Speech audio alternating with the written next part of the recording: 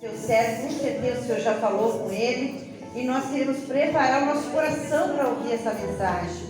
Usa nas tuas mãos o azeite de Deus sobre a vida dele, Pai. E guarda a sua família por onde eles andarem. Ele está entregando a Ti agora, Pai, tudo nas tuas mãos, que a gente venha receber no nome de Jesus, amém? Aplauda Jesus na vida dele, amém? Eles são consagrados segunda-feira na Santa Ceia de Obreiros. A pastora, ele é uma bênção, amém? Glória a Deus. Glória. Eu quero saudar os irmãos mais uma vez, com a paz do Senhor, amém? Então vamos pegar, te convido a pegar a sua Bíblia. Quero parabenizar, todos, também aproveitar os pastores que estão presentes nessa noite, que é uma longa caminhada que a gente tem de trabalho. A gente mesmo quando está como presbítero, a gente é mais itinerante, pelo menos na atividade que a gente faz, que a gente participa mais das congregações, é mais como itinerante. Tu vai lá, ministra uma palavra, na outra semana tu está em outra congregação, que nem a gente trabalha lá com o Jefferson também. Mas quando tu vai a pastor, as coisas mudam, porque agora, além de ser um itinerante, tu também tem que ver resultados acerca daquilo que tu ministra. Então as coisas começam a mudar, porque além de tu pregar é fácil, vai lá, ensina a palavra, você vai embora, fica o pastor local para resolver os problemas, muitas vezes uma palavra ministrada. Mas como pastor você tem um compromisso, porque aquelas pessoas vão cobrar de você o que foi falado. Amém? Então, nessa noite, eu quero parabenizar, como eu falei, dos pastores e também, como a missionária falou, dos namorados nessa noite, Quem estiver do lado aí da sua esposa, sua namorada, dá um abraço bem forte nela. Diz feliz dia dos namorados. Se não deu tempo ainda, ou se você esqueceu, essa é a oportunidade que você tem para nesse momento, evitar um problema. Não sei se você marcou alguma coisa para depois do culto, se tem algo especial que você vai fazer. Eu te convido nessa noite então a abrir no livro de Joel. É depois de Daniel, Oséias, Joel. Um livro não muito mencionado na Bíblia. Na sexta-feira, quando a pastora me convidou para ministrar, eu ainda fiquei pensando, domingo, a maioria dos irmãos vai estar com os namorados, com as namoradas, com as esposas. Então vai ter bem pouquinha gente, mas aí depois eu olhei aqui para a esquerda, eu lembrei da Santa Ceia e Deus falou no meu coração, não, o culto vai estar cheio, vai ter muitas pessoas. E cada um de vocês que está aqui hoje veio para receber algo de Deus. Amém? Livro de Joel, capítulo 1, nós vamos começar no versículo 19. Se você encontrou, diga amém. Se não, diga misericórdia, o irmãozinho do lado te dá uma ajuda aí. Todos encontraram? Amém? Livro do profeta Joel, capítulo 1, nós vamos ler primeiro no versículo 19 e depois nós vamos ler um pouquinho mais à frente. Todos encontraram? Amém. Nos diz assim a palavra do nosso Senhor. Joel capítulo 1, versículo 19. A ti, ó Senhor, clamo, porque o fogo consumiu os pastos do deserto, e a chama abrasou todas as árvores do campo. Também todos os animais do campo bramam, suspirantes por ti, porque os rios se secaram, e o fogo devorou os pastos do deserto. No capítulo 2, versículo 28, diz assim: E acontecerá depois que derramarei do meu espírito sobre toda a carne. Vossos filhos e vossas filhas profetizarão, vossos velhos sonharão, vossos jovens terão visões. Até sobre os servos e sobre as servas derramarei do meu espírito naquele dia. Amém? Fecha teus olhos. Pai, neste momento, culto hoje de família, nós queremos aqui, Pai, aprender aquilo que o Senhor tem para nos ensinar. Nós entregamos, Pai, a nossa vida, entregamos tudo que temos a Ti, para que o Teu Espírito Santo venha sondar e esquadrinhar os nossos corações, nos dando revelação da Tua palavra, Pai. Que o Senhor venha avivar o coração de cada um de nós, para que ao sairmos deste culto, nós voltamos para casa, Deus, ou para as nossas atividades, com o coração quebrantado, cheio de graça, de alegria, e que Teu Espírito Santo nos dê a sabedoria e nos dê o discernimento que nós precisamos para Te adorar, em nome de Jesus. Amém. Amém? Deixa sua Bíblia aberta, pode se sentar. Eu espero que nessa noite todos vocês me ajudem. Eu não sou muito pentecostal, eu sou mais da área do ensino. Mas eu acredito que cada um de vocês já está com a presença do Espírito Santo, os louvores foram abençoados. Estão cheios de graça, sim ou não? Amém? Então, se você quiser dar glória nessa noite, dizer, Senhor, estamos aqui para te adorar, aproveite durante a administração, fique bem à vontade.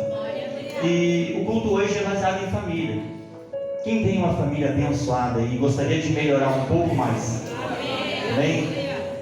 E quando nós paramos para entender o caso de família, aquilo que Deus entregou para nós precisamos entender o que Deus tem para nos ensinar sobre família. Uma família na presença de Deus e uma família fora da presença de Deus. E quando eu pedi para Deus uma palavra, Deus me mostrou o momento em que Joel, mesmo sendo uma profecia, Joel ensinava alguma coisa, estava trazendo algo diferente daquilo que nós vivemos hoje. Porque a Bíblia hoje nos ensina que depois que foi derramado o Espírito Santo, todos nós conseguimos adentrar diante da presença de Deus e Deus nos auxilia em nosso lado. Mas aqui é onde nós lemos no profeta Joel, no capítulo 1, nós estamos vivendo um período totalmente diferente. Joel está falando sobre um momento em que não se conseguia mais chegar diante da presença de Deus. Momento em que tudo que eles plantavam simplesmente morria. É um período, por exemplo, mais ou menos entre o período de Ezequiel, que esse texto foi escrito. Mais ou menos nesse período.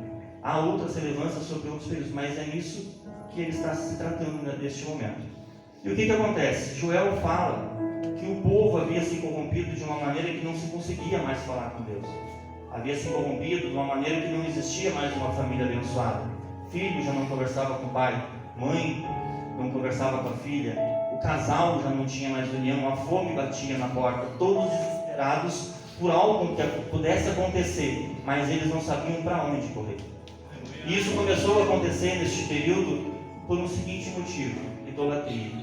Abandonaram Deus, abandonaram aquilo que o Senhor tinha ensinado para eles, que era a obediência, buscar a Deus em todos os momentos. O povo não fazia mais isso. E não foi somente nesse período que isso aconteceu. Quando nós voltamos mais anteriormente, há 800 anos antes do período de Samuel, nós temos o mesmo problema. Isso que Joel está nos ensinando agora já havia se passado. Todos lembram de José, não lembram? Lembram que José estava no Egito e levou todo o povo de Deus para morar lá? Durante aquele período, Deus abençoou o seu povo, mas o povo acabou esquecendo aquilo que Deus tinha ensinado. Durante 400 anos, a Bíblia diz que o povo sofreu, o povo foi castigado, o povo foi humilhado de uma maneira que eles não tinham nem forças para pedir ajuda ao Senhor. 400 anos se passaram. O povo novamente se recordou que existia um Deus dos quais se falava, um Deus que poderia trazer um refrigério, tirar eles de onde eles estavam e colocar num lugar melhor. Então Deus precisa levantar um homem, levanta Moisés. Moisés vai lá e tira o povo do Egito e leva para uma terra prometida. Eles estavam indo para Canaã. Quando eles saíram de lá, todos eles deveriam sair com carinho, porque era um Deus que estava tirando. Deus fez milagres naquele lugar. Mas o povo, após chegar do outro lado, se passavam-se 3 dias e o povo já havia esquecido de tudo que Deus tinha feito. O povo já havia caído na idolatria, o povo já havia feito até um bezerro de ouro para adorar outros deuses que não eram o Senhor. Haviam levado egípcios juntos para o outro lado. E aquilo que Deus ensinou para não fazer, o povo novamente caiu em pecado e estava fazendo. Passado todo esse tempo, Moisés se zanga, Moisés fica bravo, vai lá, quebra as tábuas dos mandamentos. Deus precisa ensinar tudo para eles de novo. O povo cai em pecado novamente e Deus olha para Moisés e diz: Moisés, eu vou matar esse povo. Moisés olha para Deus, a Bíblia diz que Moisés conversa com Deus: Senhor, o que os outros vão dizer? O Senhor tirou o seu povo do Egito, trouxe aqui, não pôde cuidar. Era a igreja do Senhor naquela época. O Senhor não conseguiu cuidar e agora vai matar eles. O que os outros vão dizer? Deus, conversando com Moisés, diz: verdade, Moisés, vamos fazer o seguinte: o povo é muito teimoso, o povo é desobediente. O povo não vai entrar na terra prometida. O caminho do Egito até Canaã levaria 40 dias caminhando. O povo pereceu durante 40 anos perdidos no deserto, indo de lugar em lugar, sem conseguir chegar na terra prometida. Gerações se passaram. Os únicos que conseguiram entrar na terra prometida, Josué e Caleb. Repita comigo: Josué e Caleb. Foram os únicos que conseguiram entrar. Mas eram filhos dos filhos daqueles que tinham saído do Egito. Aquele povo não conseguiu, apenas tinha um sonho. Nem mesmo o pastor Moisés conseguiu entrar na terra prometida, porque a Bíblia diz que ele morreu antes de entrar naquele lugar. E passado aquilo, quando o povo entrou, gerações se passaram, e nós que temos família, a gente ensina para os nossos filhos o correto. A Bíblia nos diz isso, certo, amor? Correto? Nós ensinamos para os nossos filhos aquilo que nós queremos de melhor para eles. E o povo deveria ter ensinado os filhos para as gerações: vocês não errem, não pequem, não cometam adultério, não façam nada daquilo que desaprova aquilo que Deus ensinou. A Bíblia nos diz que quando o povo entrou na terra prometida, as primeiras coisas que eles começaram a tirar de dentro das mochilas foram os ídolos, vários ídolos, fazer coisas que desagradavam a presença de Deus outra vez. E o Senhor Deus, que buscava um povo santo, um povo que pudesse levar as boas novas, um povo diferente, Deus não encontrava ninguém mais na terra. Chegou um certo momento que Deus olhou para a terra: eu preciso falar com alguém, mas não tinha.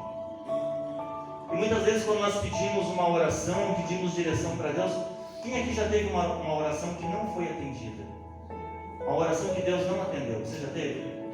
Eu já tive várias, que eu pedi para Deus e aquilo nunca ia acontecendo. Por que muitas vezes não acontece? Porque você precisa mudar a maneira da sua oração.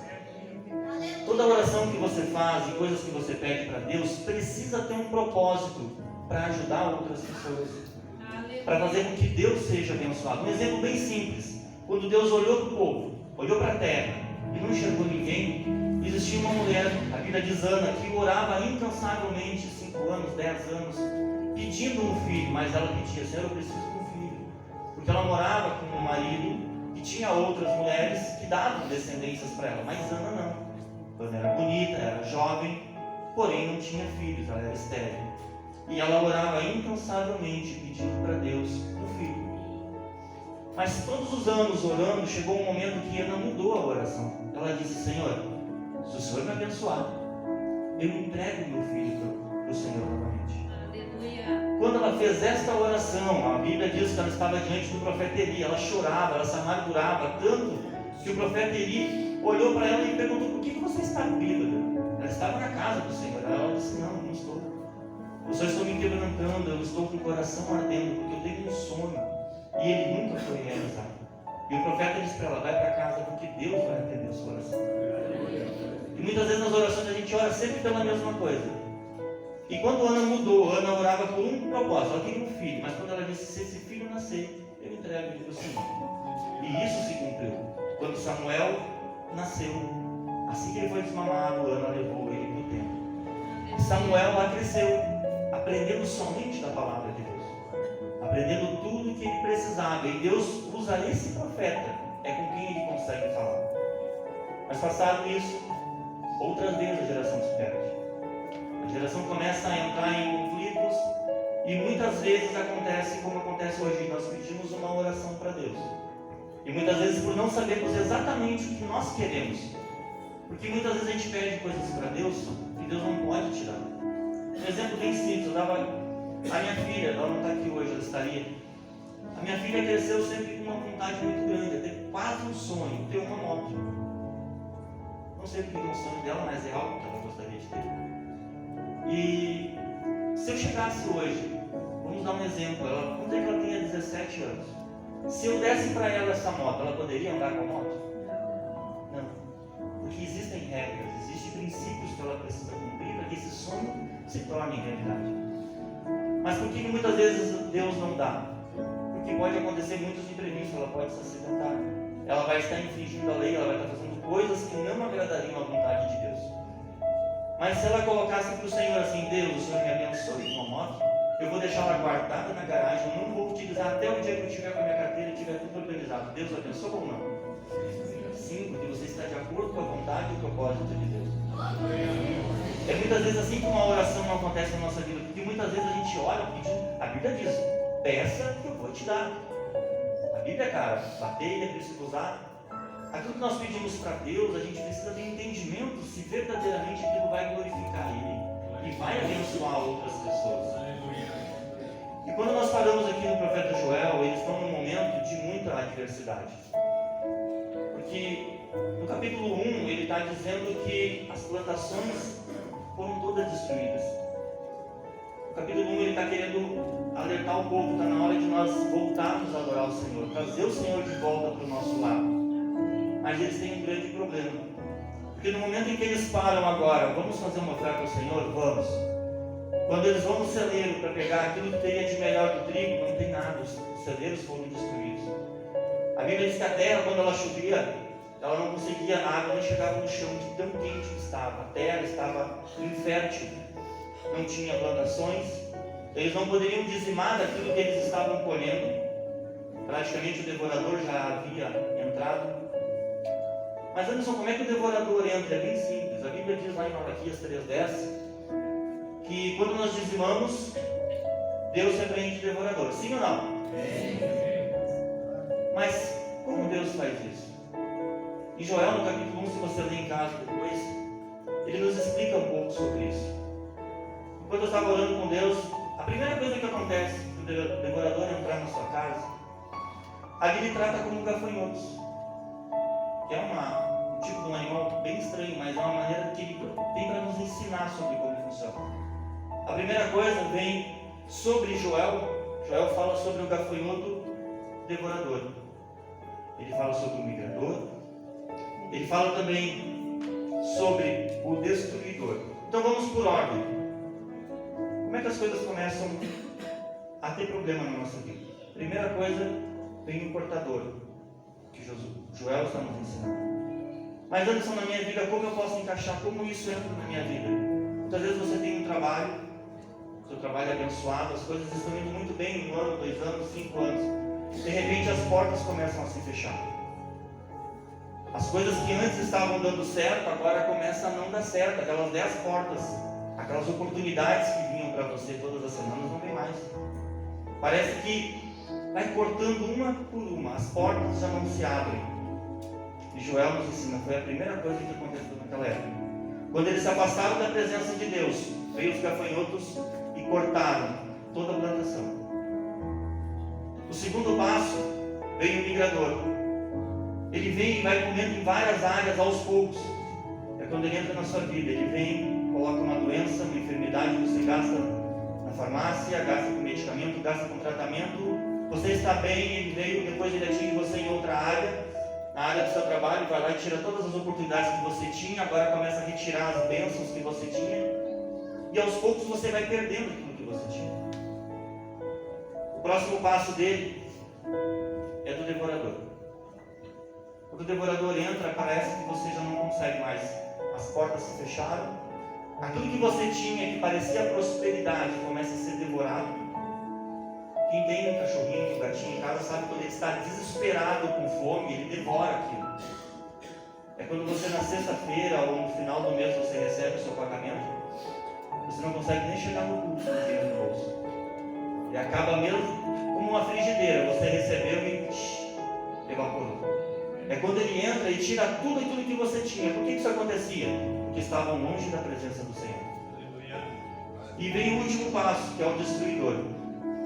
Quem já perdeu, quem já foi próximo e perdeu tudo que tinha anteriormente, sabe do que eu estou falando. Lá atrás ficam dívidas, ficam problemas, que você vai durante anos tentar recuperar, pagar, e parece que quando você acha que resolveu tudo, vem outros problemas que ficaram esquecidos lá atrás e começam a bater na sua porta novamente. E assim ele vai retirando tudo aquilo que você tinha de bênção, até o momento em que ele começa a te oprimir. Aí vem o cobrador. Aí que nem hoje, dia dos namorados, não é mais carta de namorado, mas é a cartinha da Vivo, da Claro, da Noite, a continha da luz, a continha da água.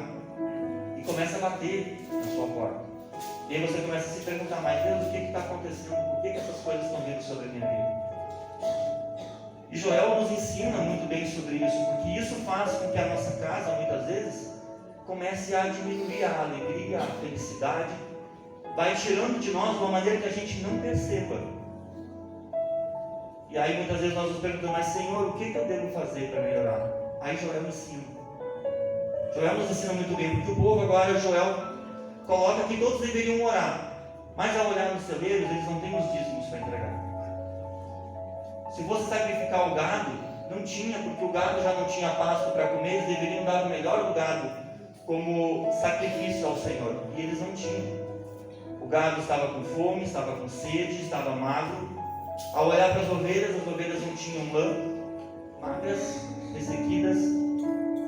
E eles começa a se perguntar, mas como nós vamos adorar o Senhor? Porque muitas vezes nós acreditamos que para adorar o Senhor, nós temos que estar em dia com o dízimo, nós temos que estar em dia com a oferta, temos que estar em dia com a nossa consagração, temos que estar em jejum, temos que fazer um monte de regras para estar junto com o Senhor.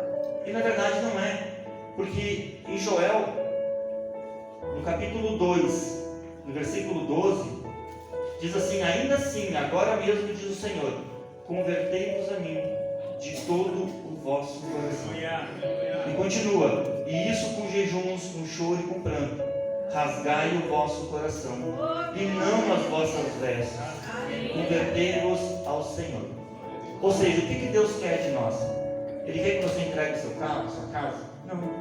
Ele quer que você rasgue o seu coração. Quem pode dar um glória aí? Quando você se entrega de coração e diz: Senhor, entra na minha casa, abençoa cada um de nós, os nossos filhos, proteja cada um deles. É quando você coloca para Deus aquilo que você verdadeiramente quer, porque Deus sabe de tudo que está acontecendo.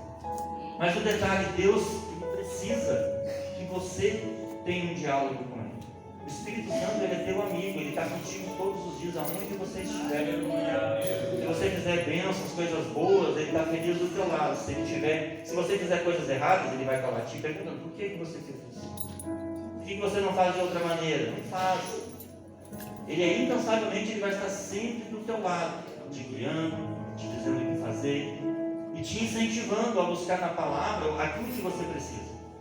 Porque na palavra, ela tem que ser como um sal na sua vida. Você tem que aprender essa palavra hoje, já ficar na expectativa daquilo que você vai ter no próximo culto, ou durante a semana, se você tiver uma congregação, e aproveitar tudo isso que está sendo ensinado para trazer de exemplo para a sua vida. Porque é assim que o Espírito Santo vai te mudar. Ele vai te transformando aos poucos, vai tirando aquilo que atrapalha de estar sempre na presença de Deus, até Ele poder fazer morada em você.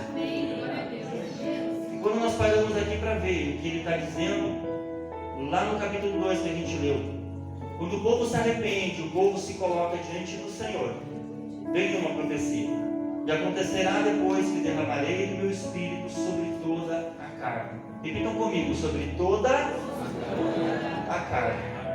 Ele não está dizendo que o Espírito vai vir somente sobre alguns. Não é aqui, nós que estamos aqui, que somos escolhidos somente nós. Não, é sobre todos. O Espírito vem sobre você, muda a minha vida, muda a sua. Mas o importante é que você precisa se colocar para Deus e dizer: Senhor, eu aceito essa mudança. Tem que dizer para Ele todos os dias: Pai, eu aceito estar diante da Tua presença. Eu quero buscar no Senhor, mas Senhor, me ensina. Porque logo no início não é fácil. Quando você se converte, quando você vem para a igreja, os problemas lá fora vão fazer o possível para te tirar da presença dele. E vai ser problemas assim como o Joel estava nos descrevendo. Eu logo quando me converti não foi fácil, parece que aquelas bênçãos que tinha, aquilo tudo some. E aí você tem que recomeçar tudo de novo, e você patina 1 ano, 2 anos, 3 anos. E aí você fica se questionando: Senhor, eu vim para a igreja, mas os cobradores ainda estão na minha casa. Eu vim para a igreja, mas os problemas ainda estão lá. Uma coisa nós temos que entender: não existe problema que a gente não possa resolver. E é na multidão dos conselhos que se encontra a sabedoria. Salomão nos ensina isso. O detalhe é que nós temos que aprender que a primeira coisa que a gente precisa ter é a presença do Espírito e Deus na nossa casa. Porque assim, aquilo que você faz é bênção para os outros e é bênção dentro do seu lar. Hoje nós falamos sobre família, e uma coisa fundamental na sua casa é que Deus esteja presente lá dentro. E você também.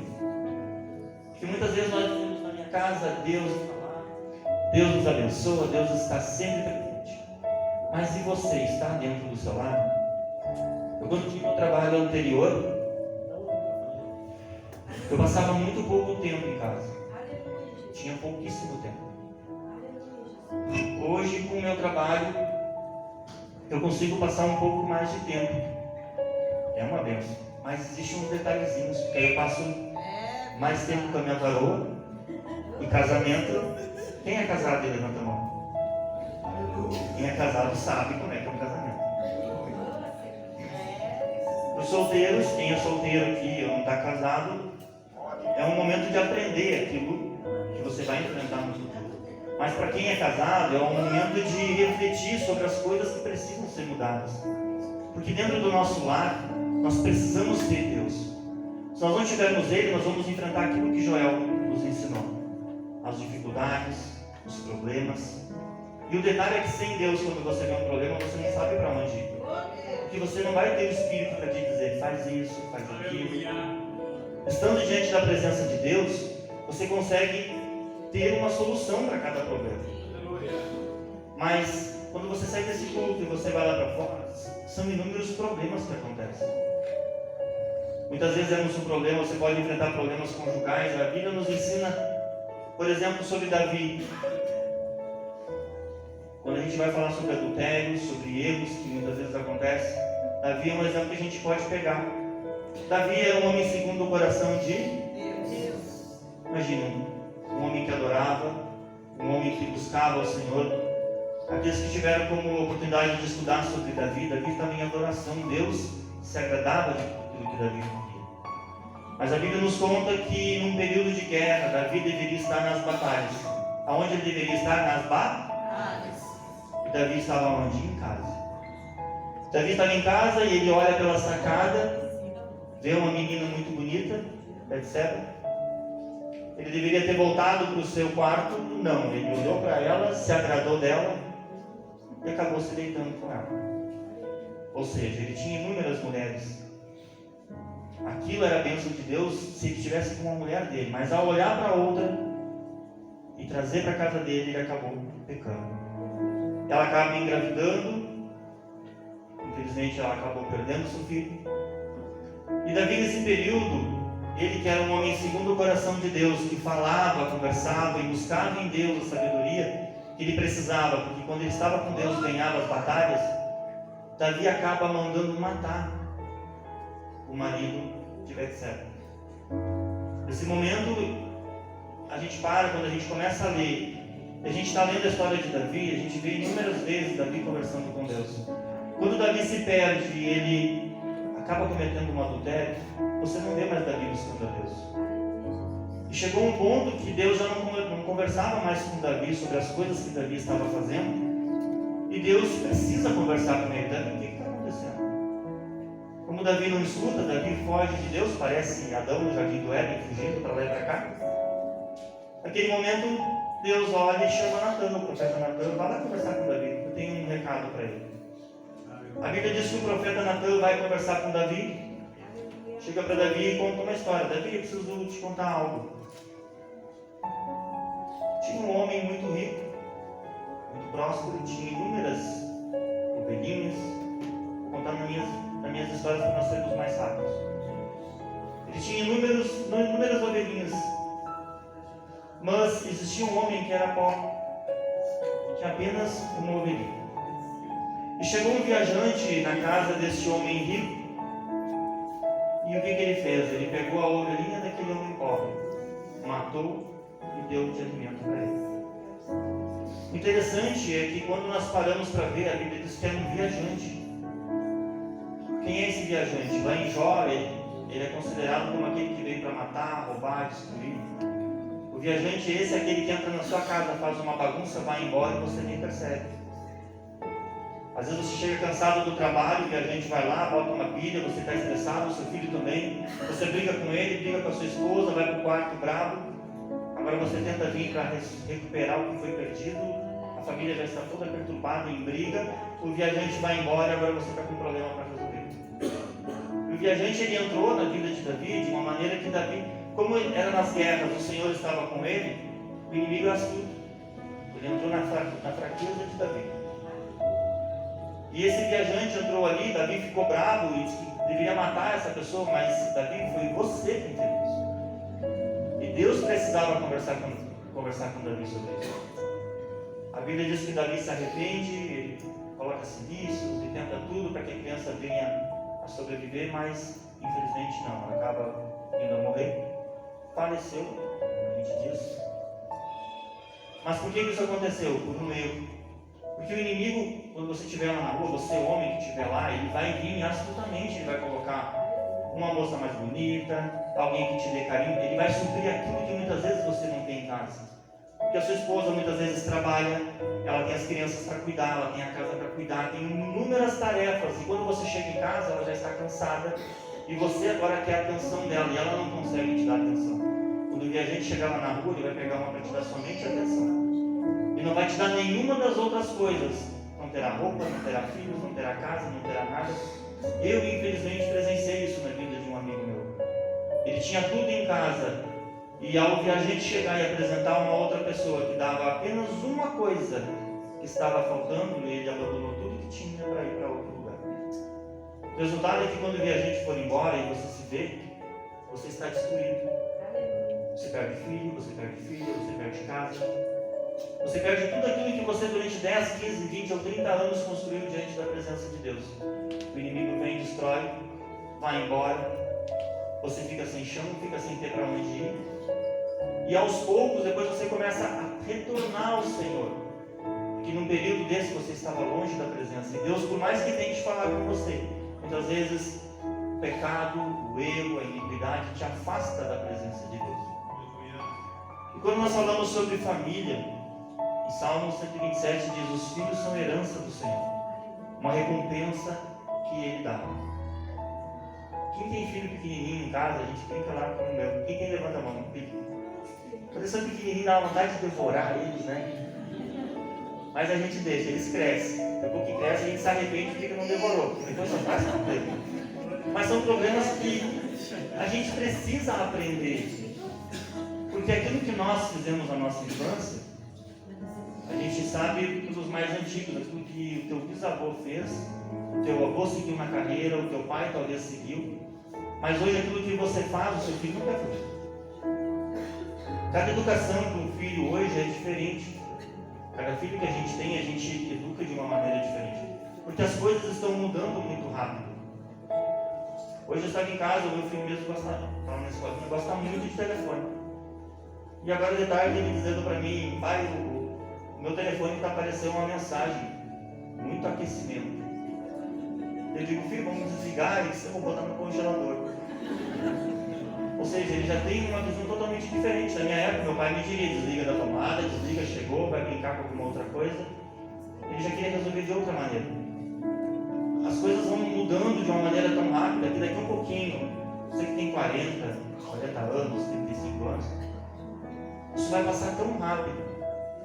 Porque quando você coloca prioridades em outra coisa, no seu trabalho, prioriza outras atividades que você tem, vai chegar um momento que você vai estar com 60, 70 anos, você vai olhar para trás e vai se arrepender de não ter vivido o melhor de Deus na sua vida. Porque o tempo vai passar, querendo você ou não. O detalhe é se você aproveita esse tempo ou não. Se você se converteu, você aceitou a Cristo como seu único, suficiente e eterno Salvador, a sua vida eterna já começou. Então por que não aproveitar o tempo que você está aqui para viver o melhor dessa terra? Não adianta nós reclamarmos e dizer: Senhor, esse mundo mesmo está difícil, as coisas estão cada vez piores. Não, vive o melhor daquilo que Deus tem para você.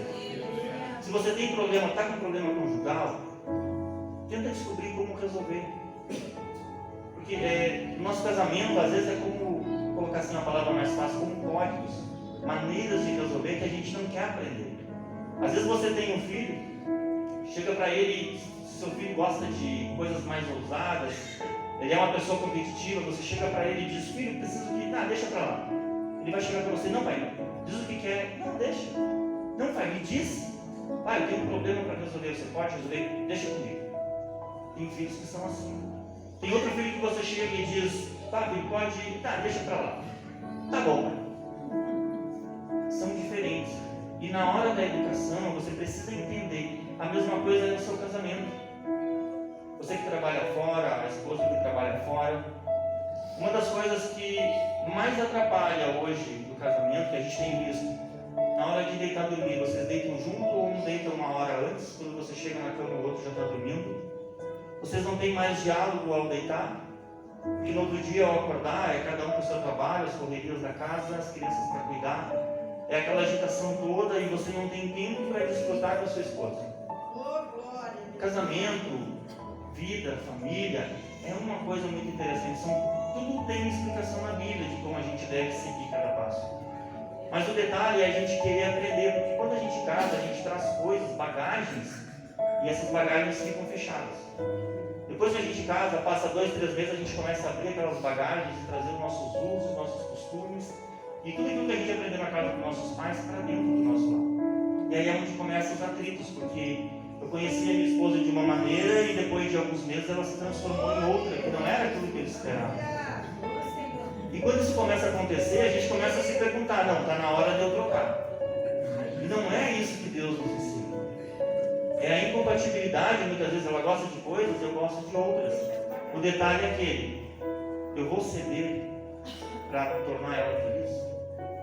Muitas vezes a gente não quer abrir mão disso. Eu aprendi de um jeito, é assim, vou seguir em frente. Se ela gostou, gostou. Se não gostou, o problema dela. A Bíblia diz, amarás o próximo como a ti. Então, e a Bíblia nos ensina que nós devemos proteger, assim como Cristo nos protegeu, morreu por nós. Essa é a diferença de alguém que é firmado na palavra, alguém que busca em Deus e tem Deus dentro do seu lar. Quando você não tem Deus, é problema, é correria, você recebe, o dinheiro vai embora, você entra dentro do seu lar, parece que tem uma nuvem negra, todo mundo brigando, todo mundo questionando, todo mundo dizendo que você não presta, você é ruim, você não faz nada, você não vale nada, você fez um monte de coisa ou passou o dia inteiro e não produziu nada. Então, para a gente ficar desse lado, se você pode estar do outro, onde a Bíblia nos promete as promessas, você vai ser bem abençoado, os seus filhos serão prósperos, a sua família irá crescer em tudo aquilo que o Senhor tiver a liberdade de colocar nas mãos. Porque muitas coisas que nós tiramos, Deus, o Senhor pode vir até aqui, mas nisso aqui eu não quero que o Senhor mexa. Quando você entregar a sua vida, a sua casa para Deus, entrega tudo que você tem. É todos os momentos, é tudo aquilo que você faz, tudo aquilo que você diz, Deus, eu quero que o Senhor cuide, Pai, desde a minha vida, dos meus filhos, dos meus pensamentos, porque aonde o inimigo começa astutamente a agir, ali, sabe aquela vozinha que muitas vezes bate na sua cabeça? Faz aquilo, não vai dar problema nenhum. Você faz uma vez, aí você faz a segunda, na terceira você já não ouve mais a voz do Espírito Santo te dizendo para não fazer, você já faz a terceira, e daqui a pouquinho você começa a se perder. Para você retornar depois, é mais difícil. Porque quando você está no caminho do Senhor, o Espírito na hora te diz, não faça. O correto é fazer assim. Mas, como a Bíblia muitas vezes nos diz, às vezes os comichões no ouvido, o fulano fez, eu vou tentar fazer para ver se dá. E não vai dar certo. Talvez na hora não, mas você vai ter problema depois. E quando Deus vir conversar com você, para que não seja como fez Natan, no momento em que não tem mais volta. Outro detalhe importante: quando você tiver um problema na sua família, não deixa para outro dia. Muitas vezes você tem um problema para resolver, e minha esposa às vezes faz isso. Aprendi lá com meu pai e minha irmã, sabe o que eu estou falando. Quando nós chegar em casa, a gente conversa. Quem já passou por isso sabe o que eu estou falando. Se eu tiver um problema, ou resolve na hora, ou eu vou colocar na linha do esquecimento. E a minha esposa não. A minha esposa, em casa, a gente conversa.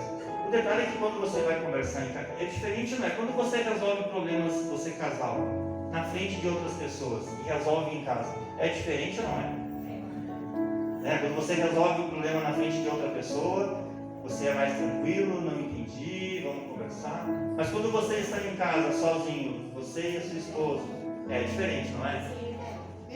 Bom é nós resolver os problemas na frente dos outros, com testemunho, para que não haja conflito, não haja briga, para que o inimigo não entre, o inimigo não faça coisas que vai te atrapalhar. Porque quando você tem briga conjugal, aquele problema que se armou na hora, ele não é o problema, entre aspas, original, mas começou lá atrás com pequenos problemas.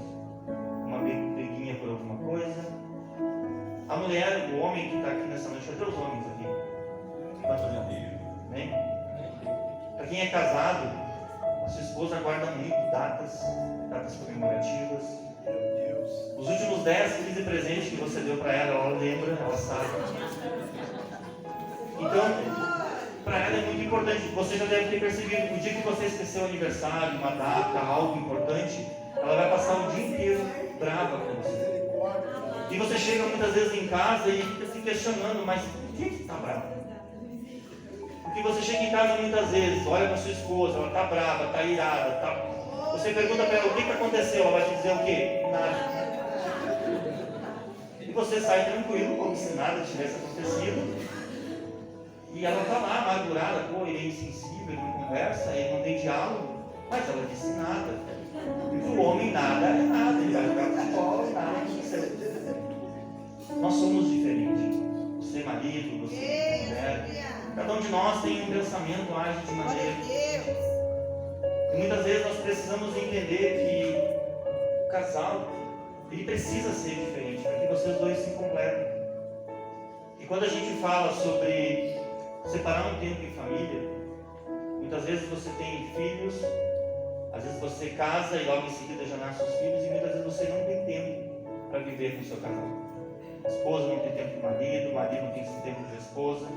E isso acaba gerando um bloqueio entre vocês, que vocês vão ver lá na frente, daqui 2, 3 anos, aonde vocês não conseguem conversar. Se conversam mais pelo WhatsApp do que pessoalmente. Não há um diálogo. Hoje, querendo ou não, a gente pega mais o telefone do que a Bíblia. E quando eu me deparei para estudar, uma coisa que me chamou muita atenção. Quando eu me converti, cada pregação que nós pegávamos, estudávamos e pegávamos sobre aquilo ali, era de 1h30, 2 horas e meia. Quando eu peguei esse texto que Deus me levou no livro de Joel, eu disse, eu vou estudar alguma coisa e vou ter uma palavra tranquila. E na verdade não foi assim. E quando eu fui estudar sobre isso, o que nós temos hoje? As pregações, aquela que parece de micro-ondas, de 3 minutinhos. Só pegam aquilo que é importante do que o pregador passou, detalhezinhos de 1, 2, 3 minutos e largam na rede social. Você não tem mais um contexto, você não tem uma explicação de tudo aquilo que é ministrado e colocado para você mudar a sua vida. Você vai para a rede social hoje, no YouTube mesmo, você tem pequenas pregações que você não consegue usar mais para ministrar sobre alguém. Ou seja, a gente precisa voltar hoje e tirar da parte fundamental, somente daqui quando você para ministrar e estudar, porque eu tinha por mim até semana passada que quando a pastora fosse me ungir, seria tudo normal, continuaria como se fosse um presbítero, a unção seria diferente, mas no outro dia, quando eu acordei de manhã, eu senti algo diferente. O Espírito Santo chegou e me disse, está na hora de acordar, preciso falar contigo, eu tenho um trabalho contigo. Eu não imaginava que seria dessa maneira. Eu tinha que tudo continuaria como era. Mas quem é pastor, quem sabe do que eu estou falando, vai entender.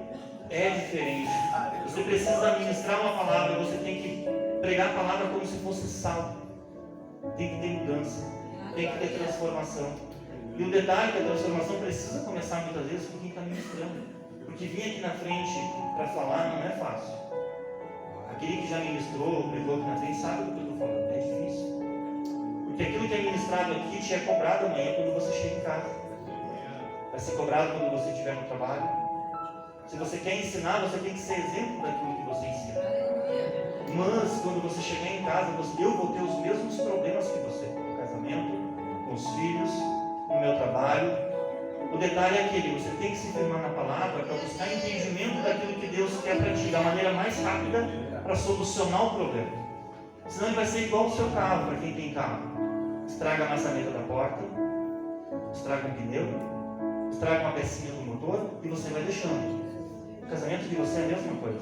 É uma briguinha, é outra briguinha, é um problema não resolvido. Se você deixar o seu carro durante 1 ano sem dar manutenção, o que acontece com ele? Ele quebra. Certo ou não? Se você ficar 1 ano sem colocar manutenção no seu casamento, sem carinho, sem amor, sem afeto, sem sair do dia dos namorados, sem sair do dia presencial do seu casamento, do dia que vocês se casaram, ele vai quebrar daqui a 1 ano ou não vai? Vai. Ou seja, nós temos que dedicar tempo para tudo que é importante na nossa vida. Porque muitas vezes a gente faz tudo para os outros, mas não conseguimos fazer para nós mesmos. Porque antigamente nós tínhamos um sonho. Nós tínhamos anos para realizar aquele sonho. Hoje os nossos sonhos, você sonhou com uma casa nova, você já quer realizar daqui a 15 dias. Aí você sonha com um carro, você tem 30 dias para realizar o sonho. Se você não realiza assim, parece que as pessoas vão olhar para você e vão dizer, você não é próspero, você não cresce. Por que você vai na igreja se nada acontece? Ou seja, nós queremos tudo do fast food, tudo rápido, tudo prático. Eu lembro que a primeira vez quando eu fui ler a Bíblia mesmo, eu fiz lá os estudos, quanto tempo levava. Naquela época não existia Bíblia em áudio e era difícil de tu conseguir uma ministração. O YouTube ali, recém começado, era um princípio de tudo. E ao começar lá, eu parei para ver quanto tempo levaria para ler a Bíblia, 1 ano. Mas aí eu busquei orientação e todo mundo, não, em 1 ano tu lê tranquilo. Eu disse, mas eu não tenho 1 ano, eu preciso ser mais rápido. Fui lá, transformei tudo em áudio. Eu trabalhava num local onde tinha essa facilidade. Primeira vez que eu ouvi a Bíblia, eu levei 40 dias. Aí aquilo me empolgou, porque lá tinha histórias que eu precisava entender para mim melhorar a minha vida. Porque quando eu saí da escola com 18 anos, eu nunca mais peguei um livro. Eu não tinha uma esperança de uma vida melhor. Eu não tinha esperança de que eu poderia mudar a minha vida lá na frente. E quando eu ouvi a Bíblia a primeira vez, Deus começou a falar comigo, existe a possibilidade de você transformar e mudar tudo aquilo que você tem para melhor. Quem acredita nisso, amém?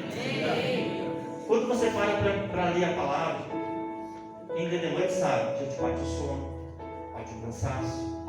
E aí você já começa a pensar em outras coisas, porque o dia foi corrido, daqui a pouquinho seu telefone toca, lá bate o sininho de uma mensagem, e aí você está lendo, mas você já está preocupado com quem mandou a mensagem.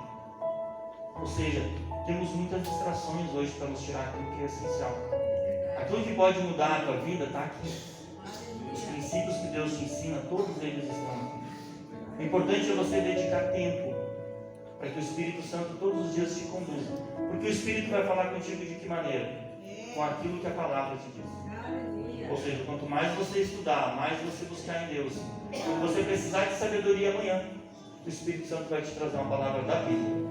Ele não vai te dar uma profetada, não vai te trazer um revelamento. Ele vai te dizer na palavra o que você precisa fazer. Amém? Vai te convidar então a se colocar de pé.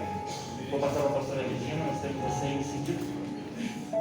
E para tudo isso que nós vivemos hoje, como agora em seguida estaremos participando da ceia, tenha fé, esperança de que tudo na sua vida pode ser transformado.